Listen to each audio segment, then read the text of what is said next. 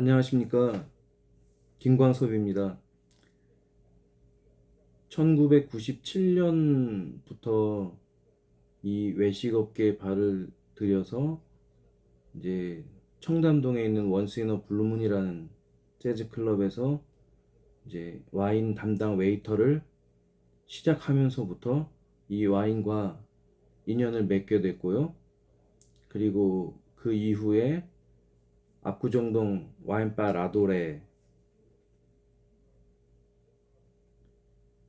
방배동 설해마을의 뚜르드뱅, 그리고 청와대 앞에 콩두 레스토랑 와인바, 청담동의 노마딕 비스트로 타니, 청와대 앞 갤러리 와인 레스토랑 더 소셜, 그리고 역삼동의 와인바 황금보 등에서 와인 소믈리에를 했습니다. 그리고 또 벽제갈비 타워팰리스 점에서 와인 담당 팀장으로서 또 3년 동안 와인을 서브한 경험이 있습니다. 최근 들어서 유명한 셰프의 미슐랭 2 등급의 레스토랑에서 와인 서브와 관련하여 일련의 이슈가 발생했습니다. 시사에 관심이 있는 변호사님들과 또 와인 업계 종사자분들이 그거에 대해서 이제 평가를 하는 유튜브를 좀 보게 되었습니다. 저도 한때는 와인 레스토랑 현장에서 일했던 사람으로서 이 이슈에 대해서 언급을 할까 말까, 한다면 어떻게 할까, 아니면 그냥 침묵하고 그들의 흐름대로 흘러가게 관망할까를 고민을 했습니다. 그래서 최근 한 보름 동안 고민을 했어요. 왜냐면은 지금 한국에는 수많은 소믈리에들이 현장에서 땀 흘려서 고객 만족을 시키기 위해서 노력하고 있는데, 이슈화 되는 것처럼 문제가 크다면 그것은 그 미슐랭 레스토랑의 소믈리에나 관계자들 뿐만 아니라 현장에서 일하는 소믈리에들의 명예에도 영향을 미칠 수 있을 거라고 생각했기 때문에 저도 약간의 평가를 하는 게 괜찮다 싶어서 이렇게 시작을 해보겠습니다. 지금은 일요일이고 이제 곧 12시가 넘어가는데 이게 쉽지가 않네요. 이게 어떻게 제가 말을 해야지 오해를 풀고, 또 고객님들께서 어떻게 해야지 좋은 와인을 맛있게 음식과 더불어서 드실 수 있는가. 제가 가장 핵심적인 포인트는 그겁니다.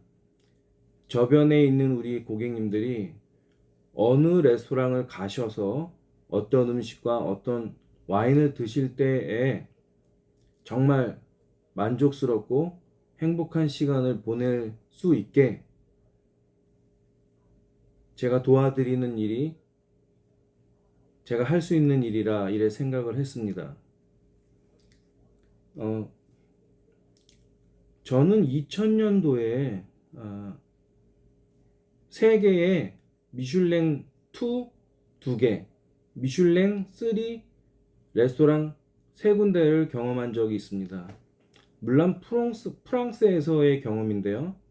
하나는 프랑스 보르도 뽀양 마을에 있는 꼬디용 바즈라는 미슐랭 2 레스토랑, 또 하나는 프랑스 스트라스부르크에 있는 크로커다일이라는 미슐랭 2 레스토랑, 또 하나는 1989년 세계 소믈리에 대회 1위 세르지 둡스가 일하는 프랑스 스트라스부르크 꼴마에 위치한 오버즈 일 미슐랭 3 레스토랑에서 경험한 것이 있기 때문에 한국의 미슐랭 2 레스토랑에서 일어난 일련의 사건에 대해서 한번 말씀을 드리고자 합니다.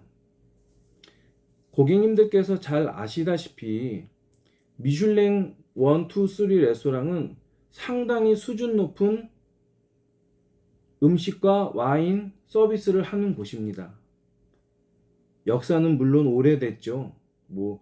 오늘 생겼다 내일 망하는 레스토랑은 미슐랭 레스토랑으로다가 평가받는 게 적절한가요? 1, 2년밖에 안 된 레스토랑이 미슐랭 등급을 받는다는 게 적절한가요? 그렇지 않다고 생각합니다. 제가 경험한 그 프랑스 스트라스부르의 크로코다일이라는 미슐랭 2 레스토랑에서의 경험을 말씀드릴게요. 그곳에서는 비즈니스를 시작하기 전에 3명의 핵심 직원들이 미팅을 합니다. 한 명은 셰프, 한 명은 소믈리에, 또 한 명은 홀 서비스를 담당하는 디렉터. 이렇게 3명의 직원이 에브리데이, 매일 미팅을 합니다. 오늘 나갈 음식은 무엇이고, 오늘 음식과 매칭할 글라스 와인이라든지 글라스 샴페인 이런 것은 무엇이고, 손님들은 누가 예약을 했고, 어떤 손님은 어떤 특징이 있다는 것을 공유합니다. 정보를. 그래서 영업 시작하기 전에 그날 사용할 와인을 셀러에서 가지고 와서 빈티지를 확인을 하고 오픈을 해서 맛을 봐서 테이스팅을 합니다. 소믈리에, 셰프, 디렉터가. 그래서 이 와인이 이상이 없다 라고 판독이 되면 이거를 병째 서비스를 할 것인지 또는 디캔팅을 해서 서비스를 할 것인지를 결정을 해서 올 스탠바이를 합니다. 그렇게 해서 서비스가 이루어집니다. 그 과정에서 확인하는 것은 와인의 맛의 상태, 빈티지 등을 확인하는 것이죠. 지금 한국의 유명한 레스토랑 미슐랭 2 레스토랑에서 벌어진 일은 그러니까 2000년 산 와인이라고 적어놓고 2005년 산 와인을 서브를 했다. 근데 그게 어쩌고 저쩌고 하지만 그 사실관계는 제가 확인을 하지 않았기 때문에 말씀드리지 않겠습니다. 그렇지만 미슐랭 1, 2, 3 레스토랑에서의 서비스 스케줄은 디렉터, 소믈리에, 셰프의 미팅과 확인을 거쳐서 그날의 영업이 시작된다는 것입니다. 거기까지 제가 말씀드리겠습니다. 두 번째는 빈티지입니다. 빈티지는 와인 생산 연도입니다. 2000년에 생산한 와인, 2005년에 생산한 와인, 2000년에 포도밭에서 수확한 와인, 포도로 만든 와인, 2005년 포도밭에서 생산한 포도로 만든 와인, 이렇게 나누어지죠. 우리가 와인을 구매를 할 때 고객님들께서는 어떤 걸 고려를 하시나요? 일단 내가 좋아하는 스타일, 프랑스 보르도 스타일이냐, 부르고뉴 스타일이냐, 아니면 신대륙의 아메리칸, 미국의 카베르네 소비뇽 스타일이냐, 피노누아 스타일이냐, 아니면 아주 터프한, 거칠고 터프한 맛을 내는 영빈티지 와인이냐, 아니면은 아주 깊은 맛과 우아한 향을 흠뻑 가지고 있는 올드 빈티지 와인이냐, 가격은 10,000원짜리를 살까 20,000원짜리를 마실까, 아니면 20만원, 50만원, 100만원 이런 럭셔리 와인을 마실까, 이렇게 고려를 하지 않겠어요? 그리고 가족들이랑 몇 명 안에서 마실 때는 좀 좋은 와인을 마시고, 대중적으로 여러 사람들과 같이 할 때는 조금 더 퍼블릭한 와인을 고르시겠죠. 그런데 빈티지가 어느 정도로다가 이제 민감하냐면 가령 뭐 2만 원, 3만 원, 뭐 칠레 와인 이런 걸 고를 때는 빈티지는 큰 고려 대상이 아닐 거라고 생각하실 거예요. 그렇지만 프랑스 와인, 특히 보르도 그랑크루나 부르고뉴 그랑크루 와인을 고를 때는 빈티지는 매우 정말 민감합니다. 제가 요즘에 자주 보는 유튜버가 있는데요. 미슐랭 1, 2, 3 레스토랑, 전 세계 1, 2, 3 레스토랑을 많이 이렇게 여행하시는 유명한 유튜버 님의 이렇게 식도락 여행기를 보면은 그분께서 레스토랑에 입장하셔서 와인을 고를 때 좋아하시는 캐릭터가 있는 와인을 선택하세요. 그런데 거기서 한 걸음 더 나아가서 중요시 하는 것은 무엇이냐면 빈티지입니다. 그분은 프랑스 부르고뉴 와인, 보르도 와인 또는 뭐 샴페인 또 뭐 화이트 와인, 레드 와인 이런 거를 고르실 때 좋은 빈티지를 기억을 하고 계세요. 그래서 좋은 빈티지를 고르고 그게 가격과 어느 정도 가성비가 있느냐 없느냐를 따져서 고르시는데 아주 제가 이렇게 보다 보면 정말 제가 감정이입이 돼서 저 음식에 저 와인 정말 맛있겠구나 이렇게 생각이 들 때가 있습니다. 그런데 제가 좀 찾아봤어요. 그 프랑스 생줄리앙의 요번에 이슈가 됐던 생줄리앙의 레어빌 바르똥 2000년 2005년 찾아봤는데요. 프랑스 보르도는 특급 와인이 1, 2, 3, 4, 5 이렇게 나누어지지 않습니까? 근데 뽀약은 특 1급이 몇 개가 있고 생줄리앙 포도밭 생줄리앙 마을에서는 특 1급이 없어요. 특 2급이 제일 높은 겁니다. 그 중에서 2000년, 2005년인데 그 2005년이 상당히 좋습니다.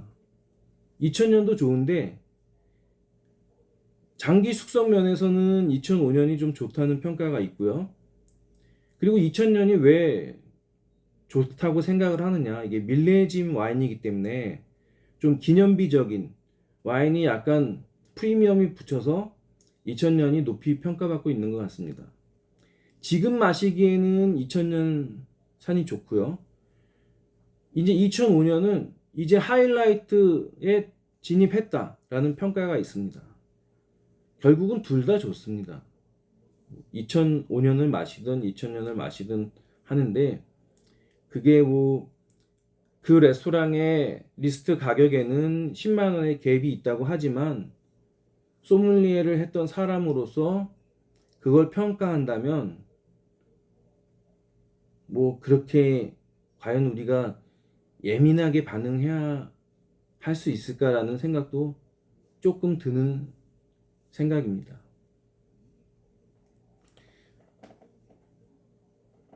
어떠세요? 우리 고객님들은 본인이 직접 경험하지 않는 레스토랑의 일이지 않습니까? 음식값이 뭐 1인당 뭐 수십만 원대라고 하는데 쉽게 갈 수도 없고 돈이 있어도 예약도 잘 안 되고 근데 저는 그냥 저 스스로 그냥 만족하면서 살고 또 제가 소믈리에를 했던 사람으로서 와인을 좀 알기 때문에 그런 고급 레스토랑은 잘 안 갑니다. 그리고 그 그런 비용이 있다면 제가 가성비 좋은 와인 픽하고 또 좋은 음식 준비해서 가족들과 함께 마시는 걸 전 선호하는 편이죠. 그런데 그 가격이 비싸냐 안 비싸냐 이런 거는 논하고 싶지 않아요. 그런 비싼 레스토랑에서 어떻게 이런 일이 벌어지느냐 이런 거는 논하고 싶지 않아요. 왜냐하면은 그 수요가 있으면 공급이 있고 공급이 있으면 수요가 있는 거기 때문에 100만 원을 받던 50만 원을 받던 그 가격이 괜찮다 싶으신 분들은 가는 거고 아니면은 뭐 못 가시는 거잖아요. 근데 못 가시는 분들을 위해서 제가 소믈리에로서 팁을 좀 드릴게요. 소믈리에라고 하는 사람들은 요렇게 보시면 요렇게 이렇게 소믈리에 배지라는 거를 이렇게 달고 가슴에 달고 일을 합니다. 이거 제가 예전에 일할 때 달고 일했던 건데요. 그리고 또 소믈리에라는 사람들은 요렇게 소믈리에가 와인을 시음할 때 사용하는 요 타스트 방이라고 하는데, 테이스트 뱅, 요런 거에다가 이제 와인을 조금 따라서 이렇게 스왈링을 한 후에 색깔도 보고 이렇게 향도 맡고 해서 이렇게 따라서 시음을 하죠. 고객님들께 서비스 하기 전에. 그리고 또 이제 와인을 고객님께 서브하기 전에 이렇게 콜크를 이렇게 파지하는 요런 링을 이렇게 와인병에 이렇게 달아서 서브를 합니다. 이렇게. 그리고 여기 이제 좋은 와인, 비싼 와인은 요 콜크에 빈티지도 있습니다. 요 빈티지는 이제 샤또 라피트 로실드 1990년산 콜크인데요. 제가 우리나라 최고 기업 회장님께 와인 서브하고 챙긴 콜크입니다. 1990년산 샤또 라피트 로실드. 그리고 요거는, 이 병은 1994년산 샤또 무똥 로실드입니다. 요거는 제가 소장하고 있다가 작년에 가족 모임에서 오픈을 해서 와이프랑 마신 와인인데, 와인을 테이스트 할 때 이 와인이 상했는지 안 상했는지를 확인할 수 있는 연습을 저는 어떻게 하냐면, 이렇게 와인을 딴 다음에 다 먹고 나서 이렇게 콜크를 거꾸로 해서 막아둬요. 그리고 가끔 가다가, 아이고 부러졌네. 요거를 이렇게 열어서 이렇게 향을 맡습니다. 그러면은 이 와인을 처음 오픈해서 맡았던 향과 얼마 지나지 않고서 다시 이렇게 향을 맡았을 때 향의 변화를 차근차근 느끼게 됩니다. 그게 3개월 후에 맡아보고 6개월 후에 맡아보고 1년 후에 맡아보면, 이제 이게 뭐 본드 냄새도 나고 식초 냄새도 나고 쾌쾌한 냄새도 나는데, 그런 걸 경험하실 수 있어요. 그러면은 저렴한 와인을 마실 때는 그럴 일이 별로 없지만, 조금 생산 연도가 오래된 와인을 집에서나 레스토랑에서 주문해서 드실 때 소믈리에가 콜크를 주고 이렇게 와인을 따라주면 이 향이 바로 잘 숙성된 향인지, 아니면 여기서 내가 6개월 후 1년 후에 맡았던 식초향이나 본드향 이런 게 나면은 이제 이거는 잘 보관되지 않았다 라고 인식하시고 소믈리에한테, 전문가한테 확인을 부탁할 수 있는 것입니다. 그리고 제가 이제 와인 소믈리에를 하면서 이제 남들이 쉽게 할 수 없는 경험을 한 적이 있는데요. 그거는 여러분도 잘 아시다시피 세계 최고의 와인은 어딜까요? 그것은 이제 프랑스 부르고뉴에 있는 도메인 들라 로마네 꽁띠라는 와인 하우스입니다. 제가 거기에 2001년도에 방문을 했었어요. 그래서 여기 보시면, 여기 그 당시에 로마네 꽁띠 방문해서 찍은 건데, 여기 로마네 꽁띠 지하 깨아부에서 이 남자가 누구냐면 장샤를 큐벨리에라는 디렉터인데요.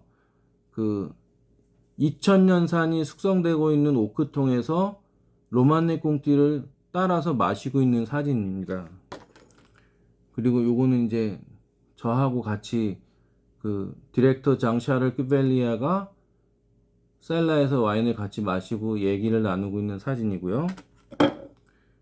요거는 지하 깨아부에 로마네 꽁띠의 숙성과 과정을 모두 지휘하는 셀라 마스터 하고 디렉터하고 같이 사진 찍은 사진입니다. 그리고 요거는 이제 직접 스포이드로 그 오크통, 숙성 중인 오크통에서 와인을 꺼내서 서브하기 위해서 준비하는 모습입니다. 저는 이제 소믈리에를 한참 하다가 지금은 이제 소믈리에다라고 말하기는 이제 조금 송구스럽지만 이제 작은 식당을 하고 있는데요. 그냥 조용히 내 식당에서 이제 일하면서 와인 셀러 하나 놓고 와인 혹시 찾으시는 분들께 와인을 팔고 있는데, 제가 이렇게 아주 어마어마하게 유명하고 어마어마하게 큰 이 와인 이슈에 이렇게 한마디 덧붙일 거라고는 생각을 못하고 살았습니다. 참 와인이라는 게 사람을 참 흥분시킵니다. 좋은 와인을 마실 때는 참 흥분됩니다. 이 와인 과연 어떤 맛일까? 어떤 느낌을 나에게 줄까? 와인을 주문하고 오픈하고 향을 맡고 음미하고 다 마시고 피니시까지 생각하면서 이 와인에 빠져들게 되죠. 플러스 좋은 음식이 곁들여진다면 정말 남들이 쉽게 경험하지 못하는 경험을 하게 됩니다. 저는 일반 사람들보다 그런 경험을 조금 더 한 사람 중에 한 명이지만, 고급 레스토랑이라면 좀 더 그 고객 만족이라는 슬로건 또는 최고의 음식을 제공한다라는 그 슬로건에 잘 할 수 있도록, 매칭할 수 있도록 좀 더 집중했으면 좋겠습니다.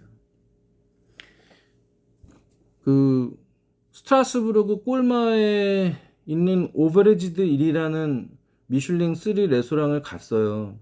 갔는데 거기에는 이제 1989년도 세계 소믈리에 대회 1위를 한 세르지 둡스라는 소믈리에를 만났는데, 저희가 가가지고 예약을 없이 가가지고 이제 리셉션 그 장소에서 기다리고 있었는데, 그 소믈리에 세르지 둡스가 그 스트라스부르크 꼴마에 있는 고급 식당의 소믈리에들하고 이렇게 정기적으로 미팅을 하고 있었어요. 그러다가 이제 한국에서 소믈리에가 누구라는 어떤 소믈리에라는 사람들이 왔는데 널 만나고 싶어 한다 그러니까 저희를 만나주기 위해서 달려왔습니다. 그 사람이. 그래서 청바지에 청 자켓을 입고 왔는데, 지금은 벌써 그게 25년 전 일이라 지금 둡스 아저씨도 예, 70이 넘었을 거예요 아마. 다시 가서 한번 보고 싶은데, 그 사람이 컨트롤하고 있는 그 지하 와인 저장고를 가봤어요.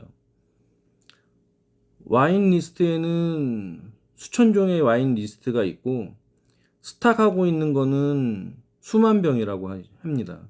와인 창고가 3개가 있었는데 당장 막 팔 거, 그리고 장기 숙성용, 그리고 그 중간 이렇게 해가지고 3개의 와인 창고를 관리하고 있었는데, 제가 물어봤죠. 둡스 아저씨, 이 와인 어떻게 다 기억합니까? 맛을. 그러니까는 다 안다고 하더라고요. 진짜로 아는지 모르는지 모르지만 저는 소믈리에를 막 시작하는 입장에서 저는 그 말을 믿고 싶었습니다. 그리고 그렇게 하고 싶었어요. 그건 어떻게 기억할까요? 하루 이틀 사이에 1, 2년 사이에 그게 기억이 되겠습니까? 그 소믈리에 둡스 아저씨는 20년 넘게 현장에서 일을 하면서 빈티지마다 수십, 수백, 수천, 수만의 와인들을 아마 테이스팅을 했을 거예요. 했죠. 그래서 그 맛을 기억을 하고 이 머릿속에 무슨 와인, 몇 년 빈티지 와인은 이런 맛. 근데 그게 그 다음에 와인은 이런 맛. 이게 와인이 이렇게 변해가는구나라는 거를 머릿속에 기억을 하고 있었을 거예요. 그리고 그 셀러를 나와가지고 메인 키친으로 가는 중간에 수많은 와인 글라스웨어들이 있습니다. 뭐 보르도 와인잔, 부르고느 와인잔, 끼안티 짠, 피에몬테 짠, 산지오베제 짠, 네비올로 짠, 뭐 샴페인 짠, 뭐 시쿠주, 꼬냑 짠, 수십 가지의 와인 글라스웨어와 또 서로 다른 디켄터, 서로 다른 아이스 버켓, 이런 소품들이 많이 진열되어 있었습니다. 와, 세계 최고의 소믈리에를 저는 만났죠.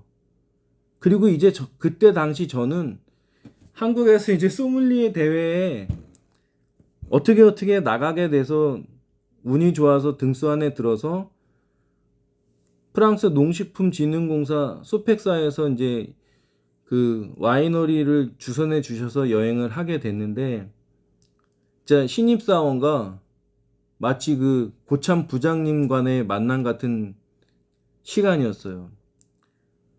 너무나 배울 게 많았죠. 그리고 2000년, 2001년도에는 한국의 와인 리스트가 어떻게 돼 있냐면, 특급 호텔을 가도 그냥 프랑스 와인, 아메리칸 와인, 뭐 아더, 칠레, 호주 이렇게 돼 있었어요. 프랑스에서도 뭐 보르도 와인, 부르고뉴 와인 요 정도밖에 디테일이 없었습니다. 근데 프랑스 가서 꼬디용 바지, 크로코다일, 오버리지드 일, 미슐랭 레스토랑을 가고 리스트를 보니까 이거 완전히 다른 겁니다. 스타트부터 샴페인, 하프바틀, 750ml, 매그넘, 제로보엠 이렇게 용량별로 있고 포도 품종별로 있고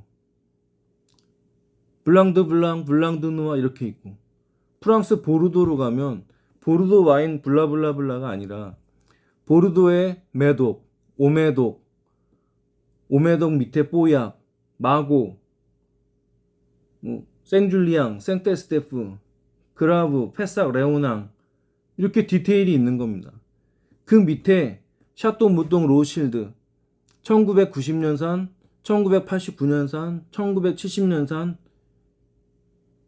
샤또 무똥 로실드만 해도 빈티지별로 수십 가지가 있는 겁니다. 뭐 부르고뉴 뭐 다른 지역은 다 비슷한 거죠. 그래서 한국에 돌아와서 그 여행을 마치고 돌아와서 이제 설해마을의 뚜르드뱅이라는, 그 전에는 바인스라는 와인샵 레스토랑이었는데 그게 뚜르드뱅으로 바뀌었습니다. 거기에서부터 리스트를 바꾸고 또 콩도라는 청와대 앞에 있는 코리안 뭐랄까 그 당시에 뭐 코리안 퓨전 레스토랑이랄까 이런 데 이제 레스토랑 겸 바에 일하면서 와인 리스트를 프랑스처럼 이렇게 바뀌었습니다. 그리고 또 청담동에 노마딕 비스트로 탄이라는 곳에서 일을 했었는데요. 그곳에서도 또 그런 방식으로 와인 리스트를 바뀌었습니다. 그렇게 바뀌고 나니까 그 다음서부터는 한국의 레스토랑의 고급 레스토랑의 와인 리스트들이 서서히 바뀌기 시작했습니다. 저는 그냥 프랑스 여행하면서 좋은 것을 배우고 와서 제가 일하는 매장에서 그렇게 적용을 했는데요. 그게 한국 와인 시장의 와인 리스트에 변화가 조금씩 생기기 시작했던 것 같아요. 그리고 많은 수입사의 프라이스 리스트, 와인 리스트도 좀 더 디테일해졌습니다. 그건 뭐냐? 결국 고객들한테 좀 더 정확한 정보가 제공되기 시작했다는 것이죠. 말이 길어지네요. 여기까지 할게요. 요거는 뭐냐면 요거 보이시나? 잘 보이시나? 제가 로마네 꽁띠를 방문했어요. 2001년도에. 근데 2002년도에 이제 한일 월드컵이 있었지 않습니까? 우리나라에서. 그래서 제가 그 로마네 꽁띠 하우스에다가 그 2002 월드컵 기념 티셔츠를 선물로 보냈는데, 이 로마네 꽁띠의 패밀리에서 일하는 미네일라라는 여자분이 요 월드컵 기념품 줘서 고맙다고 이 로마네 꽁띠에서 나오는 요 책을 한 권 저에게 선물하면서 요 카드를 이렇게 여기다 이렇게 넣어줬습니다. 그래서 지금 요거를 소중히 갖고 있는데, 자, 와인은 왜 마실까요? 와인은 참 사람을 기분 좋게 합니다. 그 소주는 뭐 그냥 스트레스 받고 그러면 막 마실 때도 있고, 그런데 와인은 스트레스 받았을 때 마시기보다는 기분 좋을 때, 내가 행복할 때, 또는 상대를 행복하게 해주고 싶을 때, 이럴 때 나와 가족과 상대와 행복하고 즐기고 시간을 보낼 때 와인을 많이 마시죠.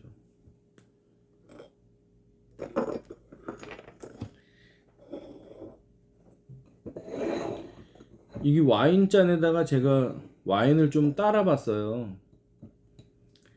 요거는 150ml를 따랐고요.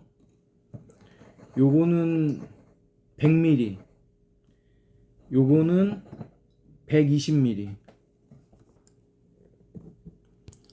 이렇게 150ml, 100ml,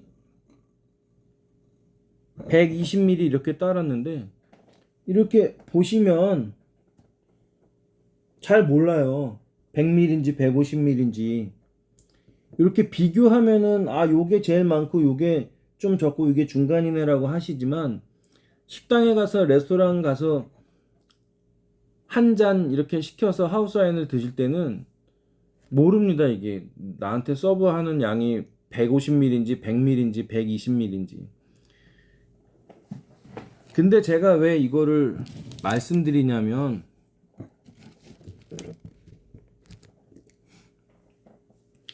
이제 식당 같은데 고급 식당 가서 식사하실 때 이 글라스 와인을 활용을 잘 하시면 좋아요. 뭐가 좋으냐면은,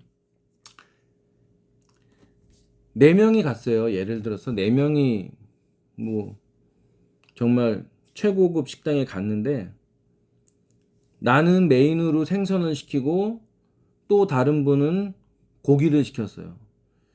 근데 지금은 어떤지 모르지만, 예전에는 그냥 남자들이 주문하면 생선을 먹던 스테이크를 먹던 그냥 레드 와인으로 갔거든요. 근데 전 그 당시에 이제 서브하면서 아, 이거는 정말 남성 일변도의 그 식탁 문화다, 이렇게 해서 개선하려고 노력을 했는데, 어떻게 했냐면, 이렇게 일단 스타트로다가 뭐 전체 같은 거 나오고 에피타이저 나올 때는 샴페인이나 스파클링 와인을 권해서 일단 기분을 좀 업 시키고, 그 다음에 이제 메인으로 생선 요리나 스테이크를 드실 때에는 글라스 와인을 추천했던 적이 있어요. 그리고 생선 요리를 드시는 분한테는 하프 바틀의 화이트 와인, 고기 요리를 드신 분들한테는 또 하프 바틀의 레드 와인, 이렇게 권해드리면 만족하시죠. 근데 와인을 드실 때 이제 고려해야 될 점은 뭐냐면은, 아, 이거랑 이거는 잘 맞아 라는 것을 기억하는 것도 좋지만, 이거랑 이거는 안 맞아 라는 걸 기억하는 게 더 중요해요. 그래서 어디 가셔서 무슨 음식과 무슨 와인을 드실 때, 아, 나 예전에 먹어봤는데 화이트 와인하고 이 음식은 안 맞았어. 그러면은 그거를 피하고 주문하시면 뭐 좀 더 좋은 시간을 보내지 않을까라는, 소믈리에, 과거는 소믈리에였고 지금은 그냥 식당 운영하는 사람 한 80%, 뭐 와인 음료 서브하는 사람 한 20% 정도의 비중으로다가 일한다고 보면 맞을까? 그, 그 좌우지간 조그만 거 그냥 혼자 지지고 볶고 하니까 그렇습니다. 그래서 이렇게 항상 좋은 레스토랑에 가시거나 집에서 드실 때도 이렇게 그냥 야 우리 똑같이 레드 와인 하나 따서 마시자가 아니라 뭐 생선 요리 드실 때는 뭐 화이트 와인 한 병 따서 냉장고에 넣어서 난 화이트 와인 먹고 또 넣어놨다가 다음에 먹고 이런 식으로다가 이렇게 조합을 맞추시면 좋은 다이닝 타임이 되지 않을까. 같이 즐기시는 분들의 만족도가 올라가지 않을까 이렇게 생각을 해봐요. 지금 제가 여기 그냥 거실에서 지금 불 다 끄고 이렇게 그냥 핸드폰으로다 이렇게 하고 있는데 그냥 어떻게 중언부언 한 말 또 하고 한 말 또 하고 그냥 순서 없이 이렇게 하는 것 같아요. 이렇게 하는 게 뭐 저는 전문 유튜버가 아니고 그냥 이렇게 그냥 하는 건데 제가 여태까지 올렸던 영상 중에서 제일 시간이 기네요. 지금 보니까 36분이나 벌써 흘러가고 있는데 지루하실 거예요. 1.2배속으로 1.25배속으로 보시면은 그래도 좀 나아지지 않을까. 우리 고객님의 시간을 절약할 수 있을 것 같기도 하고 뭐 하시면 1.5배속으로 보셔도 돼요. 저는 다른 유튜버 볼 때 1.5배속으로 보거든요. 이렇게 떨릴까봐 이렇게 좀 메모를 해놨는데 지금 하고자 하는 말을 거의 다 한 것 같아요. 그러니까 미슐랭 레스토랑의 서비스는 셰프와 소믈리에와 디렉터가 사전 미팅을 통해서 서비스와 음식의 내용을 확인하고 서비스하는 게 정석이다. 그리고 빈티지는 저가 와인보다 고가 와인에서는 매우 민감하다.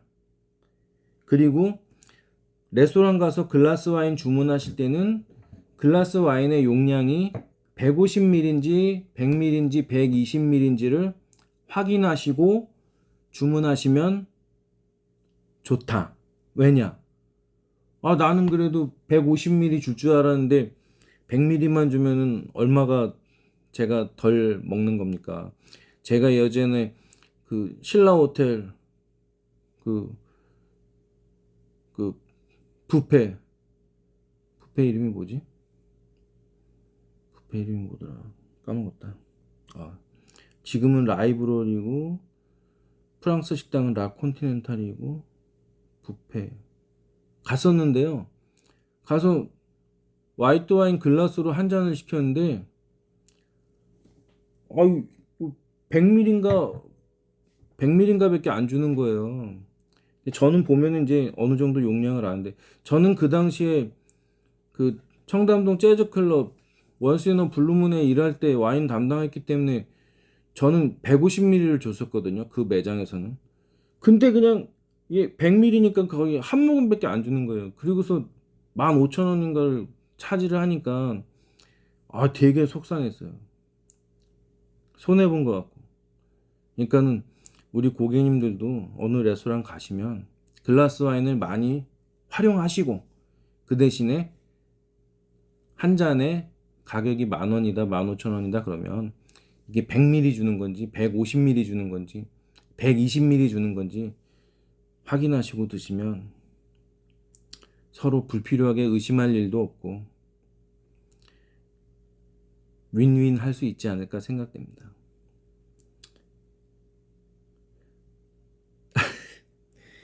제가 이렇게 그냥 이제는 아저씨죠. 벌써 이제 5월 20일이면 결혼한 지 25년 됐거든요. 25주년 은혼식.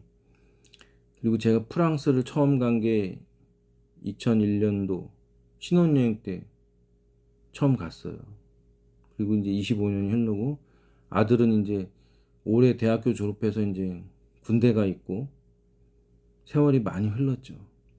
이제 그 당시에 소믈리에로서 일할 때는 젊고 아주 야망 있고 의지가 강하고 실천력 강한 젊은이였는데 지금은 이제 배도 많이 나오고 이제는 어디가 그냥 아파도 이제 아픈 게 당연하지 하고 느낄 정도로 이제 아저씨가 됐습니다. 근데 그래도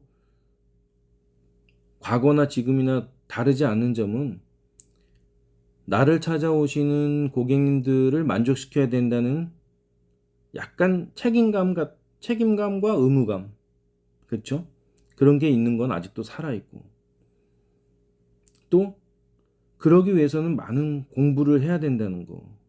예전에 비해서 지금은 공부는 못하고 있고 그냥 GPT하고 잠깐 대화는 하지만 그렇게 시간이 가고 있습니다. 자, 더 할 말이 생각나면 또 다시 찍어서 올려드릴게요.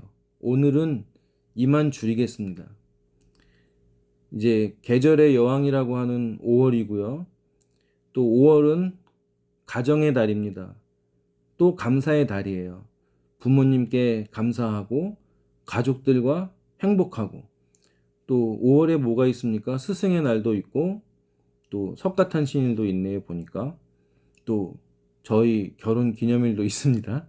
그래서 제가 그냥 편하게 고객님이라고 할게요. 어차피 저는 커스텀 고객님을 만나면서 일을 시작했고 계속 고객님을 만나고 있으니까 우리 구독자님이라기보다는 그냥 고객님이라고 하는 게 마음이 편한데, 고객님들 항상 건강하시고 행복하시고 가족을 사랑하시고 복 많이 받으셨으면 좋겠습니다.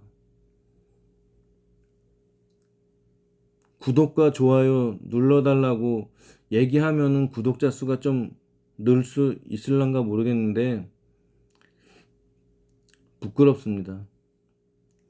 그냥 저는 그냥 지나다니는 그냥 동네 아저씨입니다. 특별한 사람이 아니고요.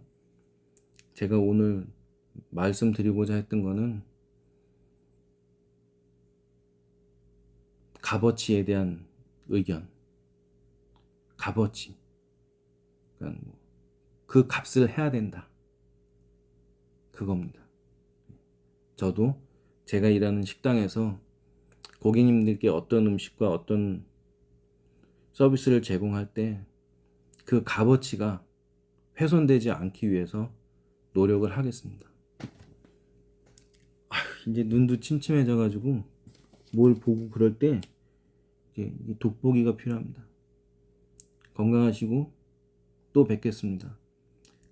긴 시간 시청해주셔서 감사드리고 1.25배속, 1.5배속을 권해드립니다. 감사합니다. 끄겠습니다.